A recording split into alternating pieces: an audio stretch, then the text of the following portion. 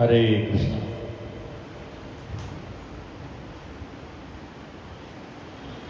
பிரார்த்தனா மந்திர அடியார்கள் அனைவருக்கும் நமஸ்காரம். ஹரே கிருஷ்ணா. அடியார்கள், இன்னைக்கு நம்ம எல்லாருமே பார்க்க போற ஒரு விஷயம்,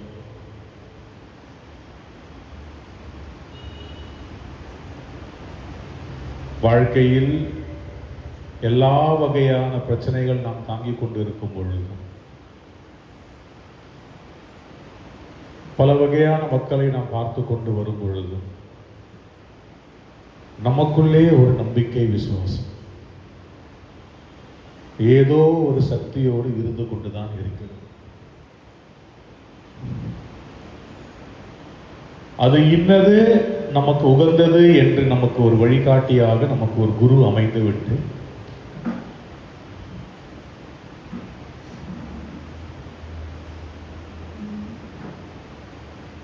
அந்த குரு வழி சொல் கேட்டு வாழ்பவர்கள் பலர் இருக்காங்க.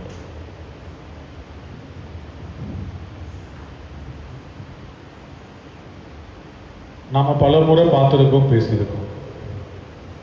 இந்த குரு அமைவது எப்படி?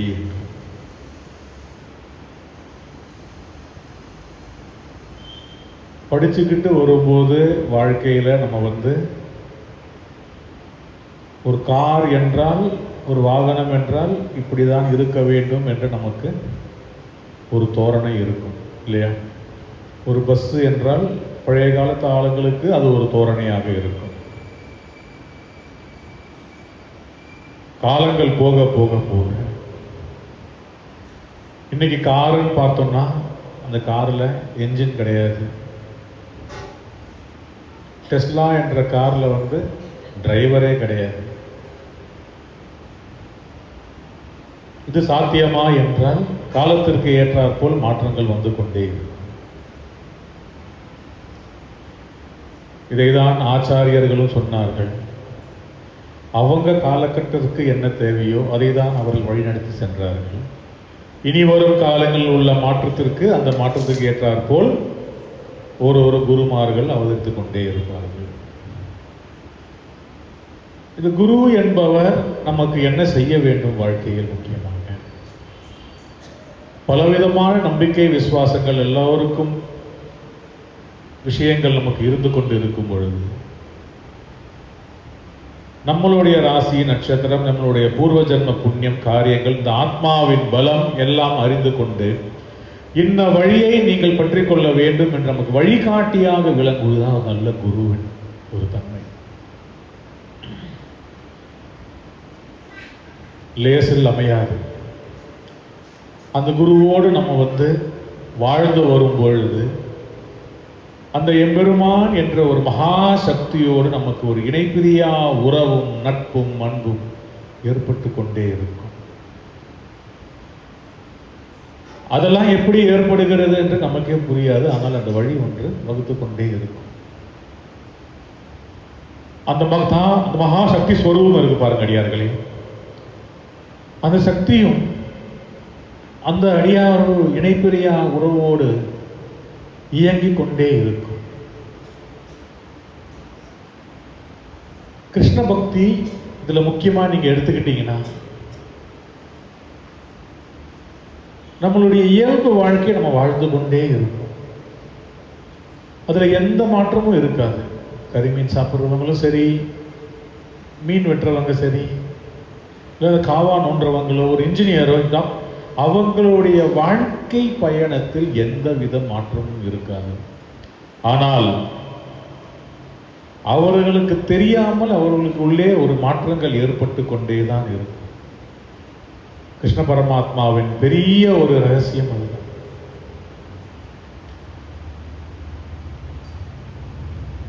மற்ற வழிபாடுகள் தவறு என்று நாம் சொல்லக்கூடாது. ஆனால் அதுல நீங்க பார்த்தீங்கன்னா முக்கியமா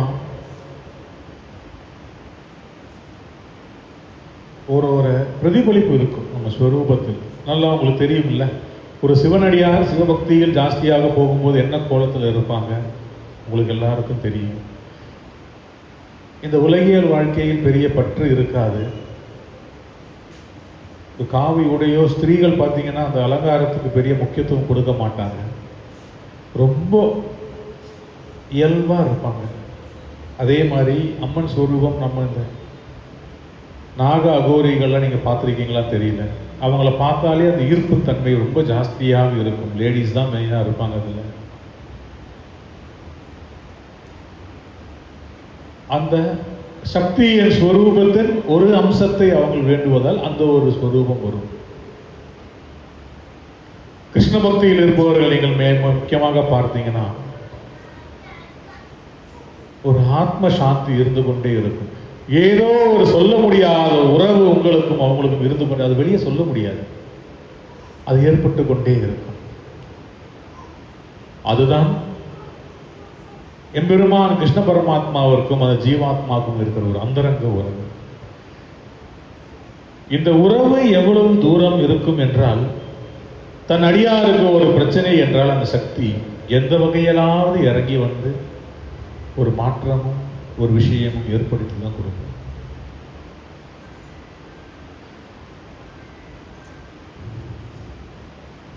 முகாலய மன்னர் அக்பர் இருந்தார் இல்லையா, அவரோட பீர்பால் என்ற ஒரு மந்திரி இருப்பார். பீர்பால் வந்து ஒரு பண்டிதர். பண்டிதர் என்பதை ஒரு ஞான பண்டிதர். பண்டிதர் என்பதற்கும் ஞான பண்டிதர் என்பது நிறைய வித்தியாசம் உண்டு. இறையாண்மையோடு இறை சக்தியோடு பெரிய ஒரு விசுவாசம் கொண்டு கொண்டு ஆளுகை செய்வது ஞான பண்டிதம். பாண்டித்யம் என்பது நம்ம வந்து என்ன படித்தோமோ அந்த ஞானத்தை நம்ம வந்து வெளிப்படுத்துவது தான் பாண்டித்யம். அப்பொழுது ஒரு நாள் அக்பர் வந்து அவர் ஒரு சாம்ராட், அக்பர் சாம்ராட். விளையாட்டாக கேட்பாரு, என்ன பீர்பால், உங்களுடைய ஒரு கதையை நான் கேட்டிருந்தேன். ஏன்னா அக்பர் என்பவர் வந்து முகலாய மன்னர்களிலே வந்து இந்து மதத்தை ரொம்ப விசுவாசமாக நம்பிக்கொண்டவர் அவர். அது எவ்வளவு தூரம் அவர் இந்த விசுவாசம் ஜாஸ்தியாச்சுன்னா அவருக்கு அடுத்த வம்சங்கள்லாம் ரொம்ப எதிரியாக மாறிட்டாங்க. இவரால் தான் இந்த பிரச்சனைன்னு சொல்லிட்டு அதை மொத்தமாக ஒழிச்சுன்ற அளவுக்கு அவர் வந்து உள்ளே இறங்கிட்டார். பீர்பால் இந்த மாதிரி நான் ஒரு கதை ஒன்று கேட்டிருந்தேன். ஒரு யானையோட காலை வந்து அந்த முதல்ல கடிச்சிடுமா, உங்களுடைய நாராயண ஸ்வரூபம் வந்து உடனே இறங்கி வந்து அந்த வேலையை செஞ்சுட்டு போயிடும். ஏன் அவருக்கு சேவர்களே இல்லையா? அவர் சொன்னால் வேலை செய்யறதுக்கு ஆட்களே இல்லையா? இதற்கெல்லாமா அவர் இறங்கி வர வேண்டும்? இல்லை வந்து அவர் சேவர்களுக்கு அந்த அளவு சக்தி இல்லாமல் இருப்பாங்களா? ஒரு காலை கடிச்சதுக்கு இறங்கி தான் வந்து செய்யணுமா? அதுதான் அவ்வளோதான் அவர் சக்தியா? இல்லை வந்து இந்த மாதிரி இந்த கதைகள்லாம் வெறும் கட்டுக்கதையாக அவர் நக்கலாக கேட்கும்போது பீர்பால் என்ன செய்வார்னா பதிலே சொல்ல மாட்டார். ஒரு பதிலும் அழிக்க மாட்டார், கம்முன்னு இருந்துருவார். இப்போ இவர் சொல்லுவார், பார்த்தியா, இதுக்கு தான் உங்க கையில் அப்போவே சொன்னேன், இந்த விக்கிரகம் இந்த கதைகள்லாம் பெருசாக நம்பாத, எங்கள் விதத்தில் பார்த்துருக்கியா, என்ன சொல்லுதோ அதை மட்டும் தான் நான் கேட்போம், அதுக்கு மேலே எதுவும் இருக்காது, இருந்தாலும் உனக்கு சொல்ல வேண்டியது என் கடமை, நான் சொல்லிட்டேன் அப்படின்னு ஒரு வார்த்தை வந்து அவரும் சொல்லிடுவார். ரொம்பலாம் பீர்பால் பேசிக்க மாட்டார். ஒரு நாள் அக்பர் மகாராஜா சாம்ராட் வந்து குடும்பத்தோட வந்து அவருடைய கோட்டையிலிருந்து ஃபத்தேபூர் சிக்கரியிலிருந்து அடுத்த இதுக்கு போனோம்னா ஓடம் வழியாக தான் போயாக வேண்டும். அவங்க எல்லோருமே மனைவி மக்கள் பேர குழந்தைங்க எல்லோரும் போகும்போது பீர்பால் கூட இருக்காரு. அவருடைய தளபதி, அந்த படைத்தலைவர், படையை ஓட்டி இவங்க எல்லாரும் இருக்காங்க, படகோட்டி எல்லாருமே இருக்காங்க. போய்கொண்டே இருக்கும்போது கொஞ்சம் தூரம் போகும்போது ஒரே ஒரு பேர குழந்தை வந்து பீர்பால் கையில் இருக்கும். அவர் வந்து அப்படியே போய்கிட்டே இருக்கும்போது அந்த படகோட்டி தளபதிகளை கண்ணை காமிச்சிட்டு டபால் அந்த குழந்தைய தூக்கி ஆற்றுல போட்டுருவார். பேர குழந்தைய ஒரு க்ஷணம் கூட ஆகாது. அக்பர் மகாராஜா உடனே எகிரி குதிச்சிருவார். உள்ள எகிரி குதிச்சு நீந்தி கொண்டு அந்த குழந்தைய காப்பாற்றணும். இவங்க எல்லாரும் குதிச்சு அவங்க 2 பேரும் தூக்கி உட்கார்ந்து வந்தோன்னா அக்பர் அப்படியே பயங்கர கோபமா உட்கார்ந்து நிற்பார். உன்னை நான் ஒன்றும் செய்யவில்லை என்று நினைக்காத, நீ பண்ண வேலை பீர்பால் சாதாரண கேட்பாரு. இவ்வளவு பெரிய சாம்ராட் நீங்க, உங்க தளபதியே, போர் தளபதியே கூட இருக்காரு, படகோட்டிய தலைவர் கூட இருக்காரு, 3 சிப்பாய்கள் கூட இருக்காங்க, இத்தனை சேவர்கள் இருக்காங்க. எதுக்கு மகாராஜா நீங்க குதிச்சிங்க? எதுக்கு நீங்க குதிச்சிங்க? தேவையே இல்லையே, இவங்களாம் காப்பாற்ற போறாங்க. ஒரு க்ஷணம் யோசிக்காம நீங்க ஏன் குதிச்சிங்கன்னு கேட்கும்போது, அது எப்படி பீர்பால் இவ்வளவுக்கு அலட்சியமா நீ பேசிட்ட, என் பேர குழந்தை எனக்கு எவ்வளவு முக்கியம் தெரியுமா உனக்குன்னு சொல்லும்போது, அப்ப இது மட்டும் முக்கியம் உங்களுக்கு? அவருடைய அன்பால் இருக்கும் ஒரு பக்தரை நேரடியாக காப்பாற்றியதை மட்டும் நீங்கள் கேள்வி கேட்கிறீர்களே எப்படின்னு கேட்பார். ஒரு க்ஷணம் அப்படியே அக்பர் வந்து ஆடி போயிடும்.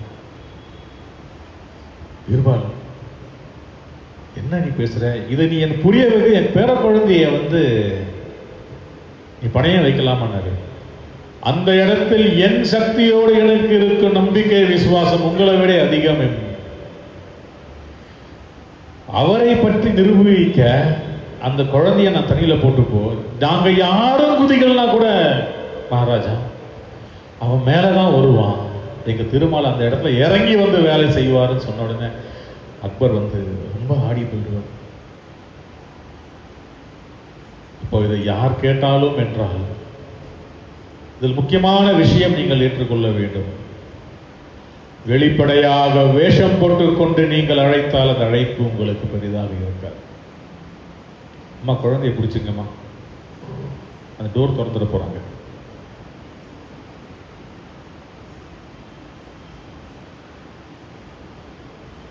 அந்த சக்தியோடு நாம் இயங்கிக் கொண்டு இருக்கும் பொழுது நம்மை முழுமையாக அர்ப்பணிக்க வேண்டும் அடியார்கள்.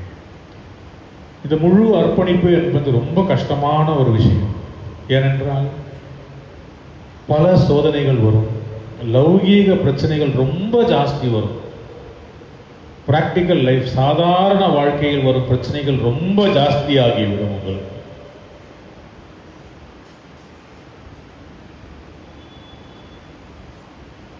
அப்போ நம்பிக்கை விசுவாசம் உச்சக்கட்டத்தில் இருந்தால் மட்டும்தான் அந்த சக்தி உங்களை காப்பாற்றுமா என்றால் இல்லை.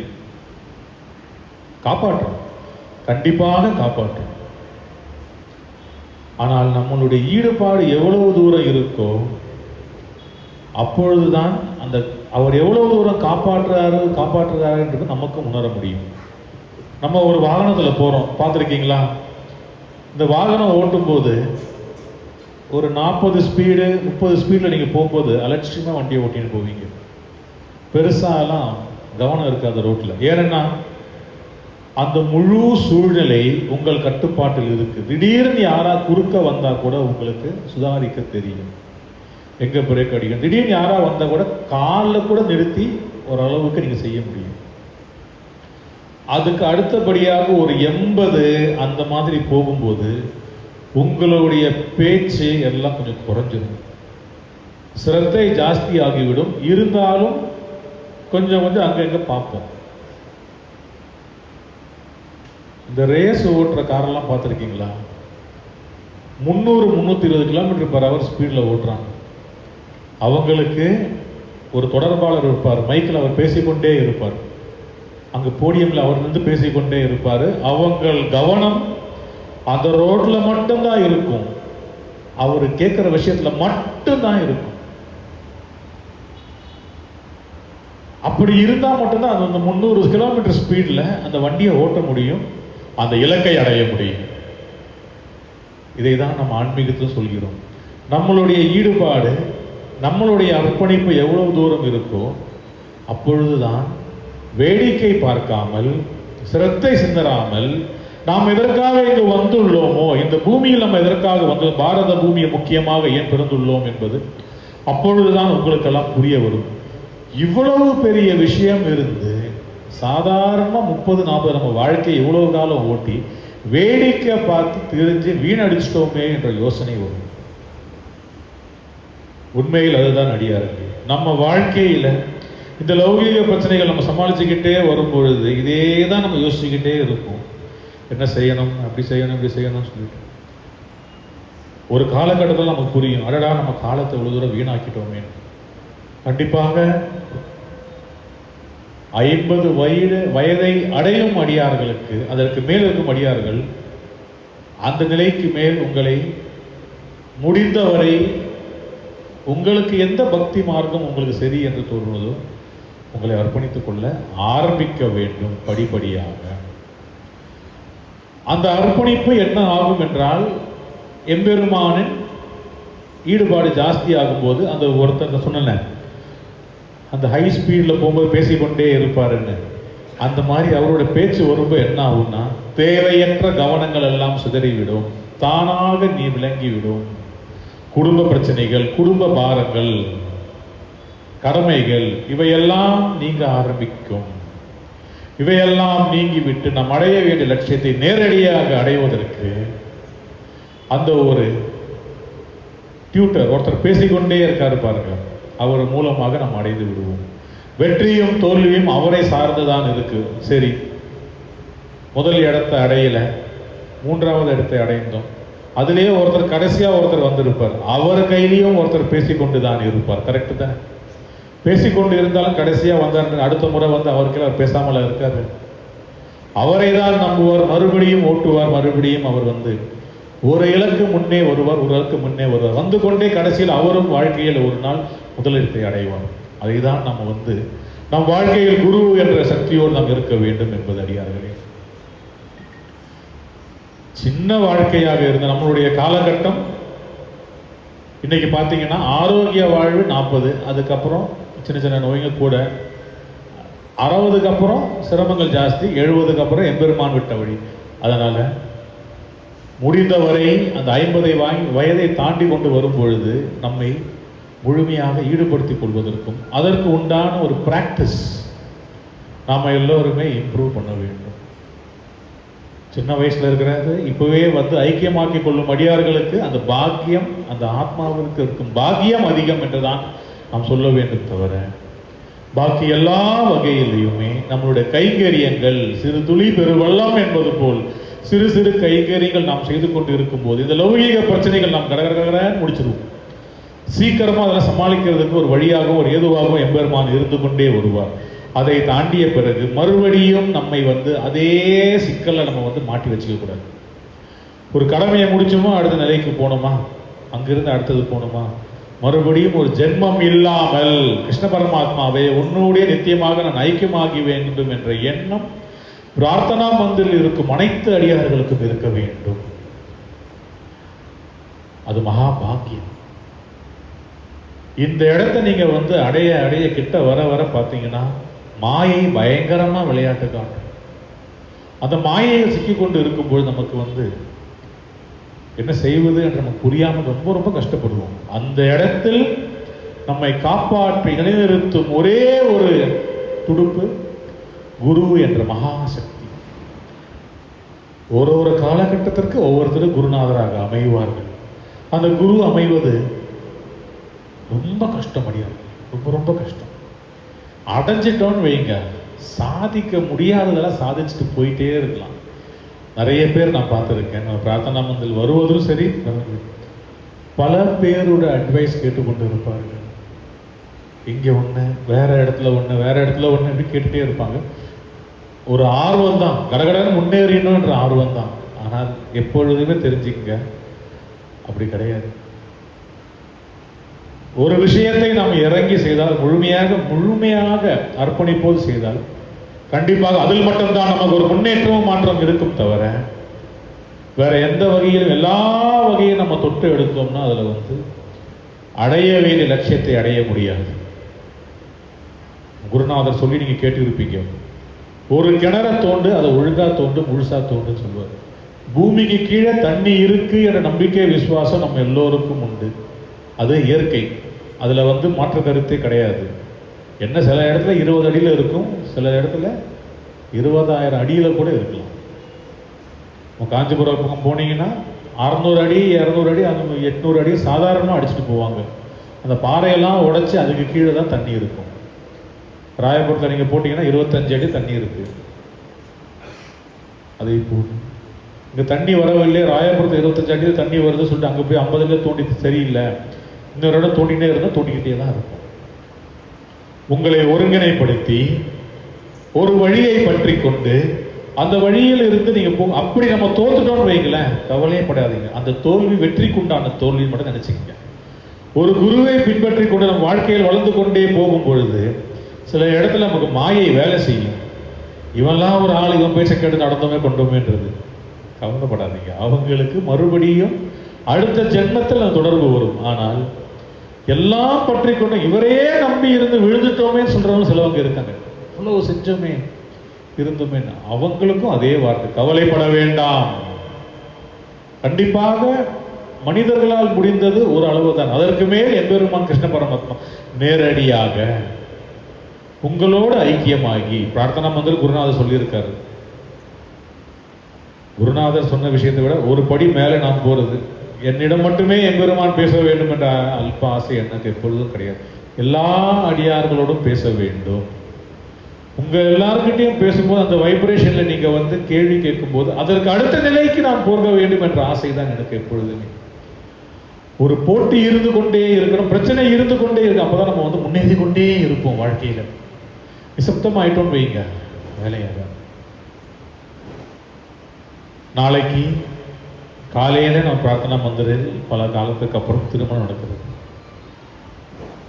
2 அடியார்கள் அவர் குடும்பமாக கைங்கரியம் செய்து கொண்டு இருந்து என்று எம்பெருமானின் திருவுள்ளப்படி அந்த கைங்கரியம் நடக்கிறது. இதுல பெரிய விஷயம் என்னன்னா, அந்த அடியார்களின் திருமணத்திற்கு நம்ம எல்லாம் பேசிட்டோம். எல்லாம் முடிஞ்ச பிறகு அவங்களுக்கு காலையில உணவு ஏற்பாடு வெளியே அந்த கேட்டரிங்ல நாங்கள் சொல்லிட்டோம், ஏற்பாடு பண்ணிட்டோம். கேட்டரிங்ல ஏற்பாடு பண்ணிட்டோம்.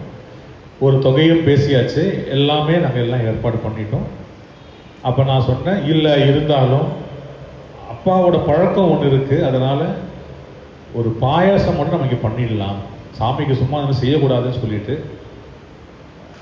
அப்படி லேசாக எல்லாம் நிறைய வேலைகள் இருக்கிறதால இது ஒரே ஒரு வேலை எடுத்துக்கிட்டு பாக்கி எல்லாம் காலையில் டிஃபன் வந்துடும். அவங்க கையில் பேசின போது வாழை இலை, பேப்பர் பிளேட்டு, சர்வீஸு எல்லாமே அவங்க பார்த்துப்பாங்க. நீங்கள் உள்ளே மட்டும் இருந்துங்க. இந்த கல்யாண வேலையை முடித்து நீங்கள் அவங்களெல்லாம் வெளியே அனுப்ப நாங்கள் டிஃபன் கொடுத்துட்டே இருப்போம். அவங்க கவலை இல்லை, எல்லாம் பேசியாச்சு, தெளிவாக முடிச்சாச்சு, எல்லாம் கொண்டாச்சு. என்ன மாற்றம் எல்லாம் தெரியல, முந்தானியத்தை எடுத்த முடிவு இது. நாளை காலையில் கேட்ரிங்க்கு ஆள்லாம் கிடையாது, எதுவுமே கிடையாது. டிஃபன் எல்லாம் பிரார்த்தனா மந்திரம் ரெடி ஆகுது. 6-7 முகூர்த்தம். எப்படி செய்யறதுன்னா 3 மணிக்கு எதிர்த்து செய்யணும். எப்படி பண்ணலான்னு கேட்டப்போ நாங்கள் எல்லோரும் கூட இருப்போம், நம்ம எல்லாரும் சேர்ந்து செய்யறோம். அடியார்களின் குரல் இருக்கு பாருங்க, அடியார்கள் அவங்க எல்லாருமே நம்ம செய்யலாம்ப்பா, இதெல்லாம்ப்பா இருக்கு அப்படின்னு சொல்லி ஒரு மாற்றம். அந்த முடிவுக்கு அப்புறம் மறுபடியும் வழக்கம் போல் கேட்ரிங் சர்வீஸ் சரி, உணவு பரிமாறுவது சரி, எல்லாமே நம்ம அடியார்கள் என்று மறுபடியும் மாறிவிட்டது. நாம் ஒன்று நினைத்தாலும் பார்க்கிறீங்களா, அந்த எம்பெருமான் சக்தி இங்கு முழுமையாக இருப்பதால் அவர் நினைப்பது மட்டுமே இங்கு நடக்கிறது. எப்படி செய்ய போறோம், எவ்வளவு தூரம் அனுபவம் இருக்குன்னா சத்தியமா எங்களுக்கு தெரியாது. ஆனால் விஷயங்கள் நடந்து கொண்டுதான் இருக்கிறது, எல்லாமே ஆகிவிடுது. இந்த நம்பிக்கை விசுவாசம் இங்கே இருக்கிறது, ஒரு சக்தி இங்கே உண்மையாக இருக்கிறது அடியார்களே. அதை நீங்கள் எல்லாம் ஒரு முழுமையாக பயன்படுத்திக் கொள்ள வேண்டும் என்பதுதான் குருநாதர் ஆசையுமே எப்பொழுதுமே இருந்தது.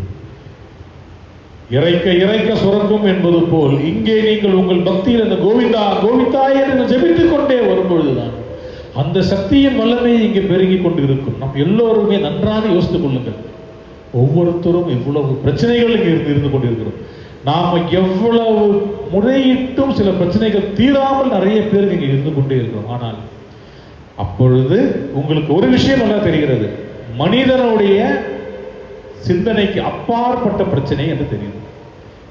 மனுஷனால செய்ய முடியாது இந்த விஷயம். இதுக்கு மேல செய்யணும்னா யார் செய்யணும்? அந்த மாபெரும் சக்தி செய்யணும். இந்த மாபெரும் சக்தி எப்படி செய்ய முடியும்? உங்களை முழுமையாக அர்ப்பணித்துக் கொள்ளும் பொழுதுதான். அப்பொழுது அந்த முழு அர்ப்பணிப்பு எப்போ வரும்? 40 கிலோமீட்டர்ல கார் ஓட்டினா வராது. 320 கிலோமீட்டர் ஓட்டும் தைரியம், மனப்பக்குவமும் யோசனையும் இருக்க வேண்டும். அந்த தூரத்துல ஓட்டும் போதுதான் உங்க காது வேற எங்கேயுமே கேட்காது. அந்த சொல்பவரின் செயல் மட்டும்தான் நீங்க கேட்பீங்க. உங்க கவனம் எதை அடைய வேண்டும் என்ற இலக்கில் மட்டும் நீங்க இருப்பீங்க. பெரிய பிரச்சனைகள் இருக்கும் அடியார்களுக்கு சொல்லும் விஷயம் அது. நாம் எவ்வளவோ வாழ்க்கையில முட்டி மோதி நிற்கிறோம். இதெல்லாம் செய்யும்போது சில பிரச்சனைகள் நம் தீர்வே காணாது இருக்கும்போது அதற்கு உண்டான சூட்சும வழி இதுதான். சரணாகதி, முழுமையாக சரணடைய வேண்டும். யார் என்ன சொன்னாலும் கேட்கக்கூடாது. முழுமையா அந்த பிரச்சனைக்கு தீர்வு தெரியும் என்று நீங்கள் நினைத்தால் மட்டுமே தீர்வு கிடைக்கும். ஆகவே இன்று நாம் பேசிக்கொண்டது ஒன்றுதான். நமது பக்தியும் உண்மையாக இருக்கும். தன்னலமில்லா கைங்கரியும் கண்டிப்பாக எம்பெருமான் கிருஷ்ண பரமாத்மாவோடு ஒரு எண்ணற்ற உறவு நமக்கும் அவருக்கும் அந்தரங்க உறவு ஒன்று ஏற்பட்டு கொண்டே இருக்கும். அந்த உறவை நீங்கள் வெளிப்படுத்த முடியாது. வெளியே யாரிடம் சொன்னாலும் புரியாது. ஆனால் உங்களிடம் வழிகாட்டியாக ஒருத்தர் பேசிக்கொண்டு இருக்கிறாரே, அவருடன் பேசிக்கொண்டு இருக்கும்போது அவருக்கு மட்டும் புரியும். அதுதான் ஒரு குரு என்பது.